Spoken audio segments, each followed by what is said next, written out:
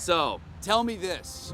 Why is a princess trying to go to the most dangerous place in the galaxy? Welcome to MojoPlays, and today we're looking at details that only real Nintendo fans will pick up on in the Super Mario Galaxy movie. Beware, unless you want every Easter egg spoiled. Oh, princess, you're going to regret that. Before we begin, we publish new content all week long, so be sure to subscribe and ring the bell to get notified about our latest videos. It's hammer time! The Super Mario Galaxy movie borrows more than a few musical cues from the games, but the standout comes before the film itself even begins.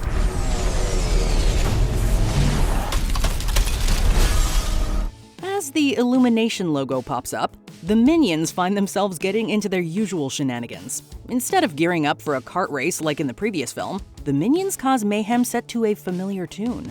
It's Yukio Kaneoka's Hammer BGM theme from the original Donkey Kong game.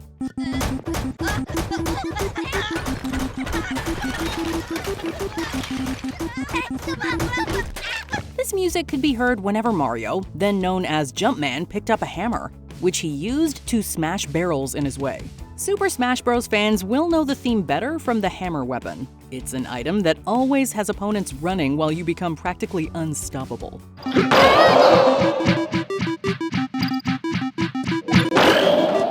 Peach's note to Mario. As Peach sets out with Toad to find Roselina, she leaves a note behind for Mario and company. Reading the message, we get an homage to the opening of Super Mario 64. That 30-year-old adventure commenced with Peach's narration, inviting Mario over to her castle for cake. Dear Mario, please come to the castle.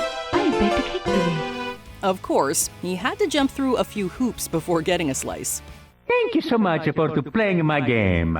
In the English version of Mario 64, Peach's voiceover was provided by Leslie Swan, the former senior editor of Nintendo Power.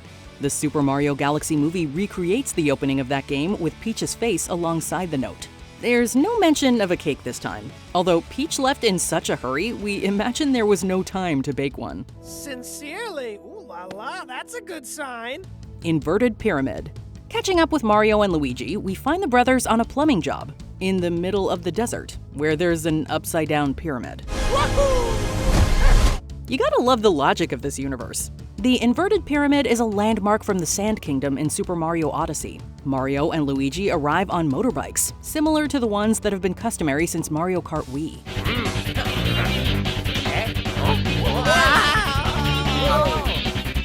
They're greeted by the Tostarinans, whose skeletal appearances and celebration of Mexican culture draw inspiration from Dia de Muertos.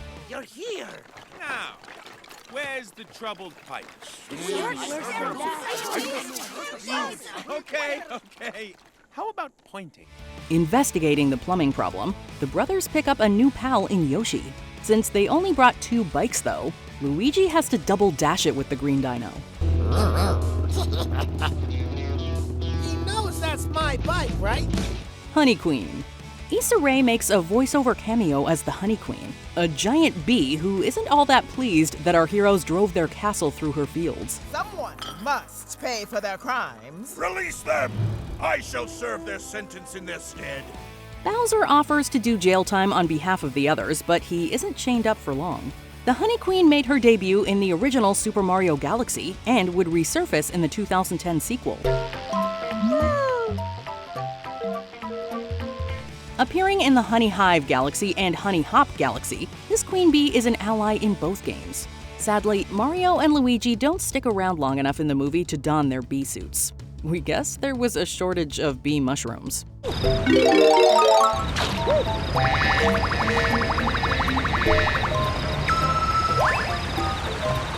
Mario Maker. Wrapping up another adventure, Peach is ready to return to her castle in the Mushroom Kingdom. Mario and Luigi neglected to tell her, though, that the castle kinda got destroyed in her absence. Well, the castle, it died. It's nothing they can't rebuild from the ground up, however. Roselina conjures a construction hat right out of Super Mario Maker, which allowed players to create their own levels in the style of various Mario games. In this film, the montage is executed with 16-bit graphics right out of Super Mario World. The setup is also similar to the story mode of Super Mario Maker 2, in which the castle is erased from existence, and Mario must raise the funds to construct another.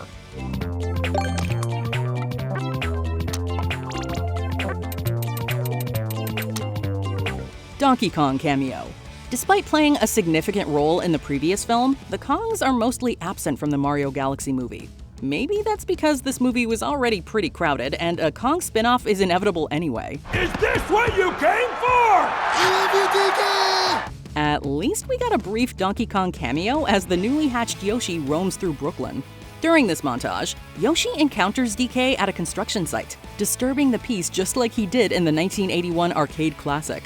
He thankfully hasn't kidnapped Pauline, although considering that she's the mayor, DK is still causing a ruckus in her city. If only Mario were around to subdue the gorilla. We suppose they could always call this guy.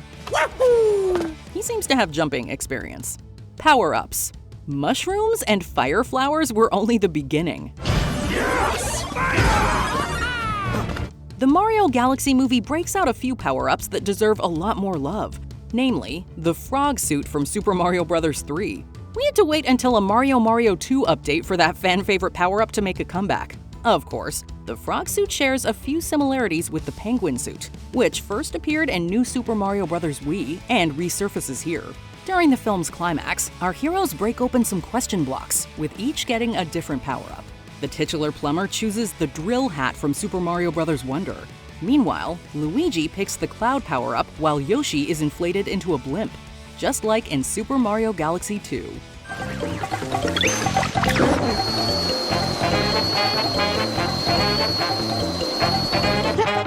Galaxies.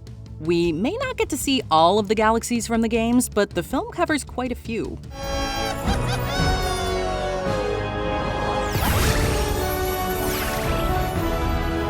Among them is Gateway Galaxy, the first major locale we venture to in the 2007 game that inspired this film. The movie expands upon Gateway Galaxy, turning it into a hub world with numerous species of characters in transit, from the Piantas we first saw in Mario Sunshine to Star Bunnies in the Mario Galaxy games. Peach and Toad briefly soar past Drip Drop Galaxy. When the two make their way to Wart's homeworld, they pass by a building with the N64 logo. Then, there's the final level on the planet that Bowser Jr. has constructed for his father, the ultimate Koopa Lair.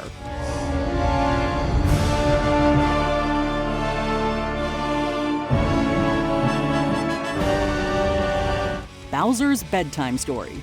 When he isn't ditching his son to take over the Mushroom Kingdom and kidnap Peach, Bowser can be a surprisingly affectionate father. You got so big. This is all yours? In a flashback before he shipped Junior off to boarding school, Bowser tells his offspring a bedtime story, complete with puppets. The handcrafted backdrops and props that Bowser employs share an aesthetic similar to the ones in Yoshi's Island and Yoshi Story, which had a more kid-friendly tone. Both notably feature Baby Bowser as an antagonist. Bowser's puppet theater is also reminiscent of the Paper Mario games, which have a visual style that's best described as a pop-up book meets a stage play. We just wish Bowser sang his son a lullaby, although Peaches is probably the only song he knows. Peaches, peaches, peaches, peaches, peaches, peaches, peaches, peaches, peaches, peaches. Ah! Oh, yeah! Ukiki.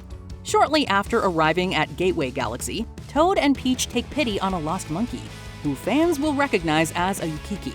Although these monkeys originated from Yoshi's Island, they're best remembered for their presence in the Tall Tall Mountain level from Mario 64. One of these monkeys would infamously steal Mario's hat, either requiring the player to catch the little thief or go the rest of the game capless. That said, Toad comes to regret helping Ukiki, who snatches his backpack. At least Ukiki doesn't take Toad's mushroom, especially since there's still some confusion over whether that's a hat or part of his head. Hey, that's it! A parachute! Casino characters. Looking for Easter eggs? Then the casino scene is a jackpot. This locale serves as a hangout for Wart, a sleazy frog who wears a crown, despite apparently not being the king of anything. What is it with you princesses and getting captured? He is the leader of the 8-Bit Gang, however. Among the members of Wart's crew are Birdo and Mouser. All three of these characters were never meant to be part of the Mario universe. Initially, they were conceived for a Japan-exclusive game called Doki Doki Panic. When the actual Super Mario Bros. 2 was deemed too difficult for Westerners, though, Doki Doki got a mushroom makeover.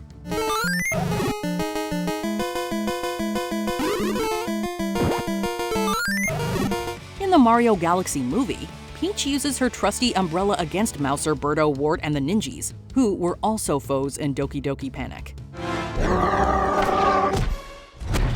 Pikmin. Heading to the flight deck, Peach and Toad seek out a pilot who can take them to Roselina. They encounter what appears to be a massive rocket ship.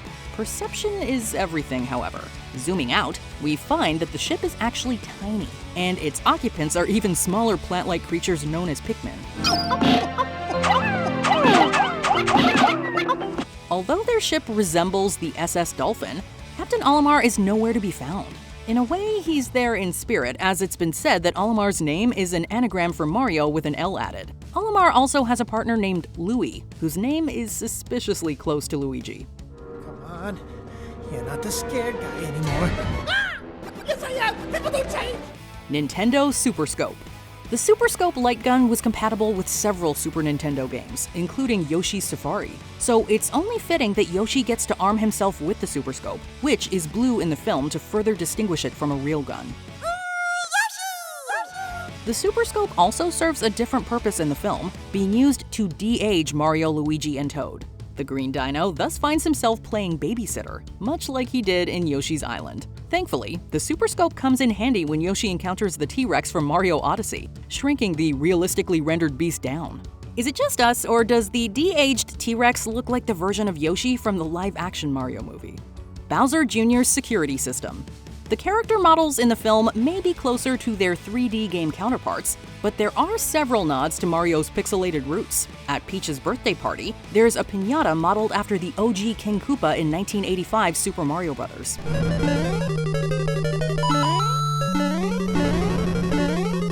Later, when the heroes arrive at the Bowser planet, Junior shows his father the state-of-the-art security system that he set up. Hello, Peach and Mario. Prepare to meet your maker.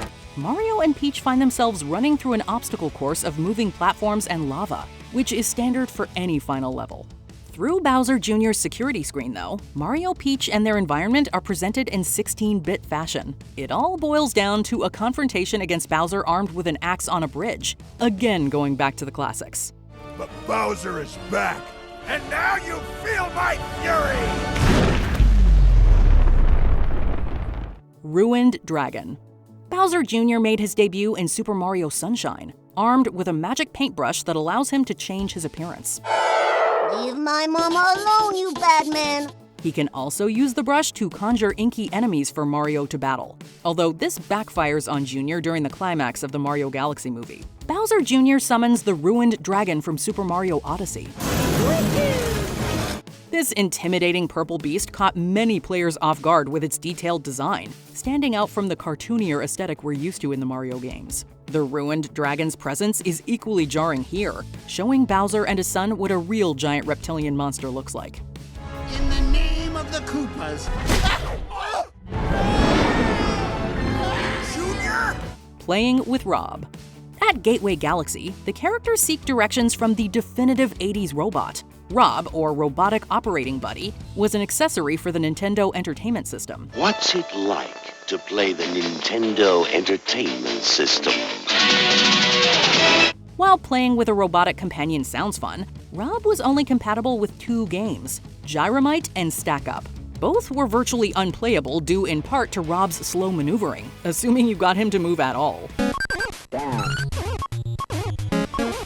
R.O.B is just as aggravating in this film, taking his time to point our heroes in the right direction. Despite his notorious origins, R.O.B would find a second life through the Super Smash Bros. Series. Now, he's a movie star voiced by the film's head of story, Ed Scudder.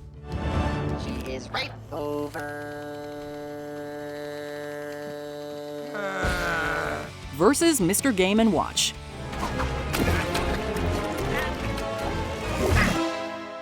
Lou! What? You know I never learned how to draw. Looking to fight fire with fire, Luigi tries to paint a character that can combat the Bowser family. The best he can do is a 2D stick figure-like man whose design is as limited as his animation. Mr. Game & Watch packs a more powerful punch than you would think, especially when he breaks out the hammer.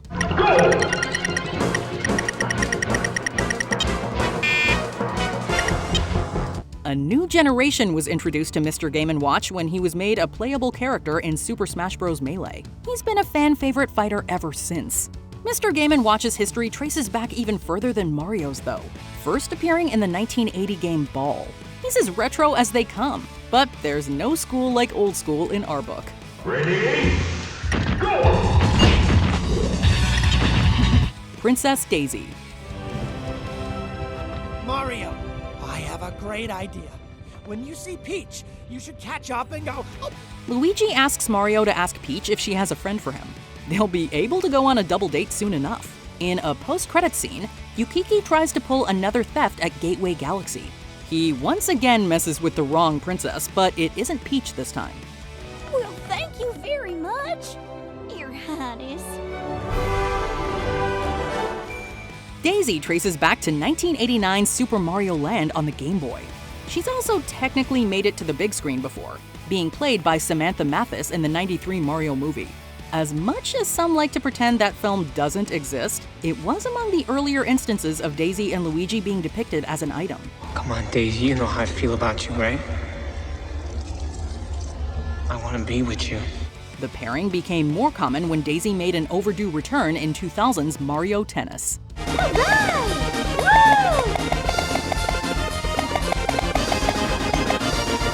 Fox throws shade at Slippy. Glenn Powell goes from piloting a plane in Top Gun Maverick to flying an R-Wing as Fox McCloud in Mario Galaxy. Hey, Hangman, you look good. I am good, Rooster. I'm very good. Running into Peach and Toad at the flight deck, Fox recounts how he ended up there. In a slick 2D sequence reminiscent of an anime, Fox recounts flying alongside his crew, Slippy Toad, Peppy Hare, and Falco Lombardi.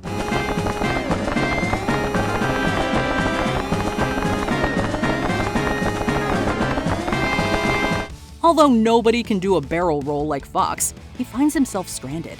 Fox suspects he wouldn't be in this predicament if only a certain Toad weren't his mechanic. If you grew up playing Star Fox 64, you know that Slippy exists simply to burden you, from his high-pitched voice to constantly needing to be rescued. We're glad the filmmakers share our frustration with Slippy. How's the R-Wing doing, Fox?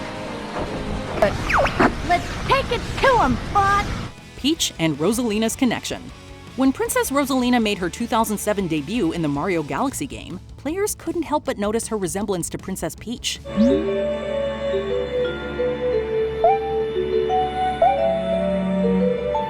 This isn't a mere coincidence, as the developers considered having Peach and Roselina be related to one another.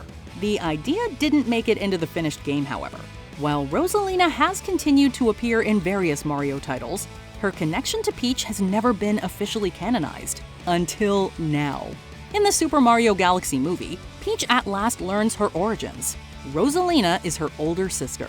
Her story begins many years ago, when she lived on a small planet with her sister, Roselina. When danger came to their world, Roselina sent Peach to the Mushroom Kingdom, where she became Toad's princess. It's taken almost 20 years, but this long-standing fan theory is finally confirmed as true.